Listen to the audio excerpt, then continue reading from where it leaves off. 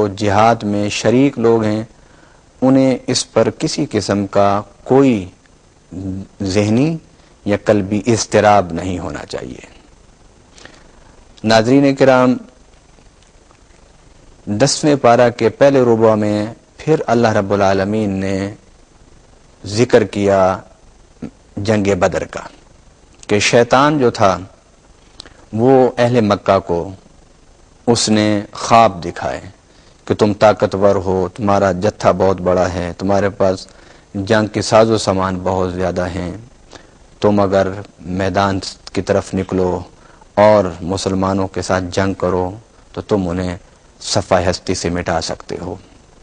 قرآن پاک میں اللہ رب العالمین نے فرمایا کہ جب وہ انہیں اس طرح کے خواب دکھاتا ہوا بدر کے میدان میں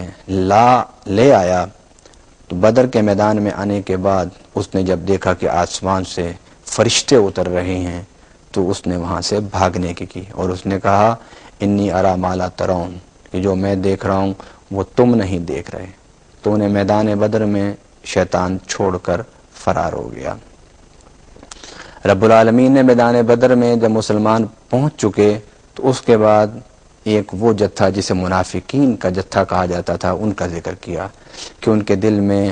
کجی تھی، ان کے دل میں بیماری تھی کہ انہوں نے اسلام کی حقانیت کو دل سے قبول نہیں کیا تھا۔ مسلمانوں کی مدینہ میں قوت کو دیکھ کر وہ وقتی طور پر خاموش ہو گئے اور انہوں نے کلمہ پڑھ لیا اور نبی پاک صلی اللہ علیہ وسلم کے ساتھ انہوں نے نمازیں پڑھنا شروع کر دی۔ رب العالمین نے اسی آیت میں فرمایا ذالک بان اللہ لم یکن مغیرا نعمۃ انعمها علی قوم حتی یغیروا ما بانفسہم، کہ رب العالمین جب کسی قوم کو نعمت دیتا ہے تو وہ نعمت کسی سے ایسے نہیں چھین لیتا۔ وہ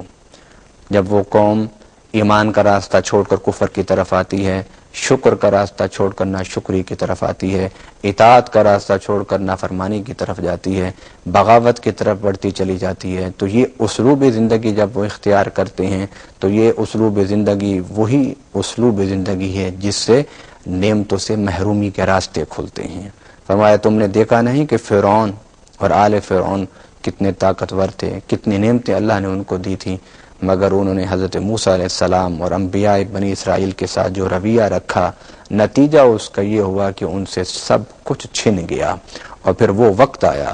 کہ وہ بے کس اور بے بس ہو کر فرعون اپنے قوم و لشکر کے ساتھ بنی اسرائیل اور حضرت موسیٰ علیہ السلام کے سامنے سمندر میں غرق ہو گیا، سمندر میں ڈوب گیا۔ اور پھر اسی ربع میں اللہ رب العالمین نے مسلمانوں کو حکم دیا وَأَعِدُّوا لَهُم مَّا اسْتَطَعْتُم مِّن قُوَّةٍ وَمِن رِّبَاطِ الْخَيْلِ تُرْهِبُونَ بِهِ عَدُوَّ اللَّهِ وَعَدُوَّكُمْ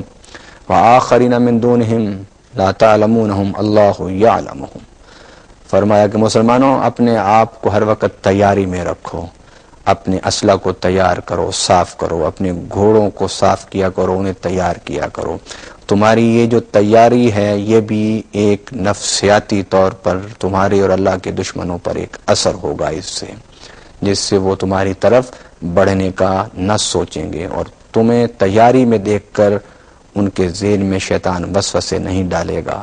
اور تمہاری تیاری کو دیکھ کر وہ تمہیں تکلیف پہنچانے کے جو منصوبہ بندی ہے اس کو چھوڑ دیں گے، کیونکہ اس تیاری سے ان کے دل میں ایک رعب اور خوف پیدا ہوگا۔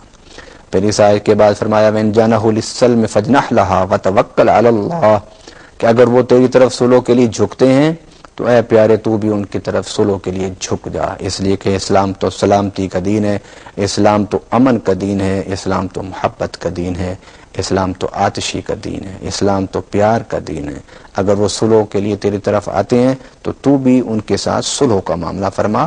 اور اللہ پر توکل کر۔ یہ صلح کا معاملہ کمزوری نہیں ہے بلکہ رب کی اطاعت ہے، یہ صلح کا معاملہ کوئی تمہاری ضعیفی نہ سمجھ لے بلکہ یہ اسلام کی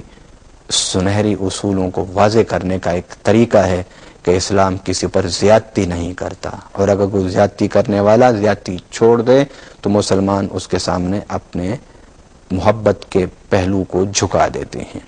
پھر فرمایا وَإِن يُرِيدُوكَ أَن يَخْدَعُوكَ فَإِنَّ حَسْبَكَ اللَّهُ، اے پیارے اگر یہ منافقین اگر تو یہ دھوکہ دینے کی کوشش کرتے ہیں تو مت گھبرا، اس لیے کہ اللہ تیرے لیے کافی ہے۔ ناظرین کرام، پھر اسی ربع میں رب العالمین نے فرمایا یا ایھا النبی حسبک اللہ ومن اتبعک من المؤمنین، اے میرے پیارے نبی صلی اللہ علیہ وسلم تم ان منافقین کے رویوں سے نہ گھبراؤ،